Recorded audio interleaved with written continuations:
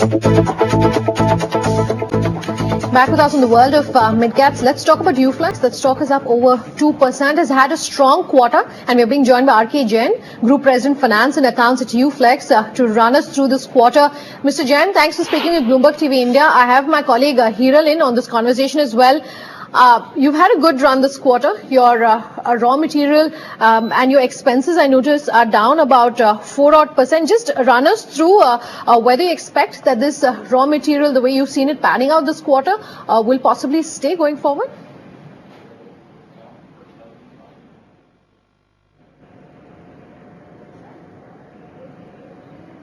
Mr. Jain? Yeah, that's right.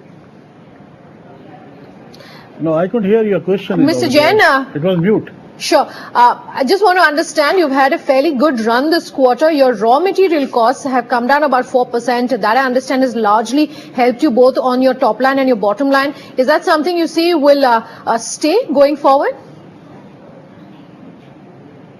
Well, let me clarify one point that the input prices have gone down. But generally what happens in our industry, we have to pass on the drop in the prices of raw material to the customers, as we do in the case of price rise. So we are a pass-through company. So we don't expect a major improvement coming in out of the reduction in prices. What has dropped in the prices is because of product mix change and the efficiency level of the consumption of raw material for producing the finished goods. So the drop is only on that account, but not on account of that we get any benefit out of reduction in prices or input. That is a tactical benefit which could be there for few days here and there. So the improvement is on account of basically the control over the all cost level as well as the efficiency level. That is the reason the bottom line also has shown an improvement by 19-20% against the corresponding year. And the top line has grown around 5-6% against the corresponding year. And sequentially, if you look at it, the performance has been better than the March quarter. So we expect that every quarter in the coming year, I mean this coming time, is going to be better than the preceding quarter. So that way we expect that the total annual growth, the top line is going to be in the range of around 12-14% and bottom line around 30-35%.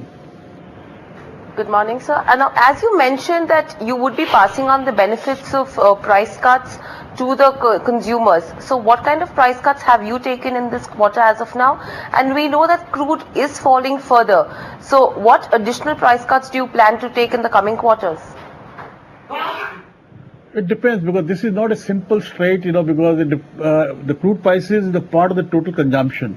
So one has to work out the ratio of that input price where the price has gone down in terms of total consumption of material, because prices don't go down for each and every item. We are a basically producer of packaging material, which has a combination of use of many items. Like PTA, MEG is one thing, but other thing is that paper, foil, and other polymers, all those kind of things are basically used. So the incidence may be depending on the composition of that particular material where the price has gone down in the total product mix.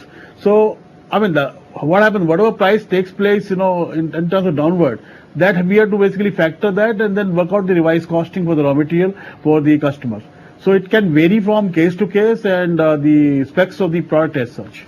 I can't tell you that it is 5% or 4% or 3%. It may be in proportion to the, the ratio of the use of the material where the price has gone down.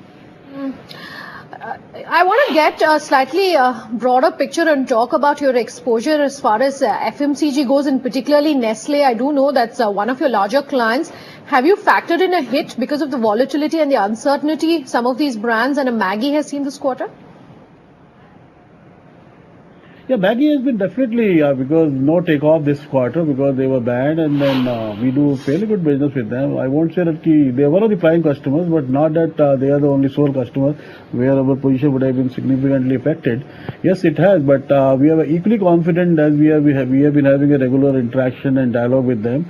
The position is likely to come back, and they're going to revise the Maggi brand and other brands by September or maybe latest by October as things are going in their favor. So hopefully that brand will come back, and then again the little bit impact which has taken place, because of Nestle off, will get compensated. But we are in any case compensating that much more with our growth coming in the other areas. Like we are basically focusing more on pet food packaging, building material packaging, and toothpaste and gel and cosmetics packaging. All this focus is there. So our growth is basically coming from the more and more value added. Hologram technology, all the pressure lenses, all these things are basically adding to our growth in the top line. All right, Mr. Jain. Thank you and wish you all the best on that. That's Uflex is up about 2% in trade. But quickly pull up Balaji Telefilms, and that's the stock of the moment. That's up almost 4%.